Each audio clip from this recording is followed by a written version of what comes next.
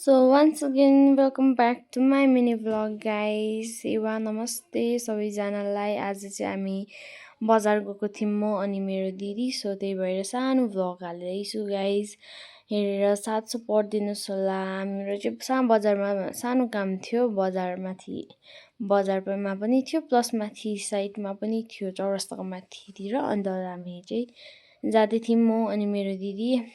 अनि गाइज भोलिदेखिको चाहिँ एकदमै मजाको च्यालेन्जिङ भ्लगहरू आउँदैछ 100 डेजको लागि गाइज।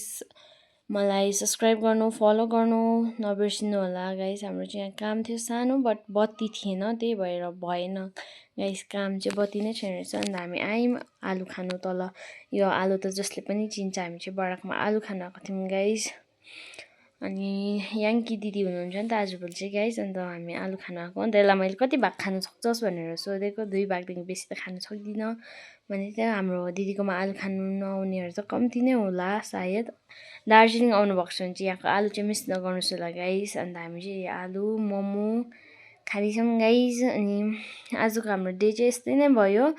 अनि मेरो दिदीले छलो भन्नुहुँदैछ कस्तो भयो भनेदेखि गएर सोधेको। त्यसलाई चाहिँ पुरा पिरो भयो अरे गाइज। अन्त त्यहाँको आलु र अचार चाहिँ मलाई पनि पुरै मनपर्छ गाइज। अनि यस्तै भयो आजको हाम्रो दिन। अनि हजुरको दिन कस्तो भयो होला कमेन्ट गर्न नबिर्सिनुहोस् होला गाइज। अन्त फाइनली म चाहिँ घर आइपुगिसकेँ। अनि म घर आइपुगिसकेर पनि ड्रेस चेन्ज गरिसकेँ होइन गाइज। भोलिदेखिको चाहिँ डेली भ्लग आउँदैछ गाइज। 100 डे च्यालेन्ज लिएर आउँदैछु म। सो गाइज सबैजनाले मलाई फलो गर्न नबिर्सिनु होला, सब्सक्राइब गर्नु होला गाइज। अनि लाइक गर्न नबिर्सिनु होला, मलाई फलो गर्नुहोस् होला। अनि मेरो भ्लग डेली हेरिदिएर सपोर्ट गरिदिनुहोस् होला। So thank you for watching.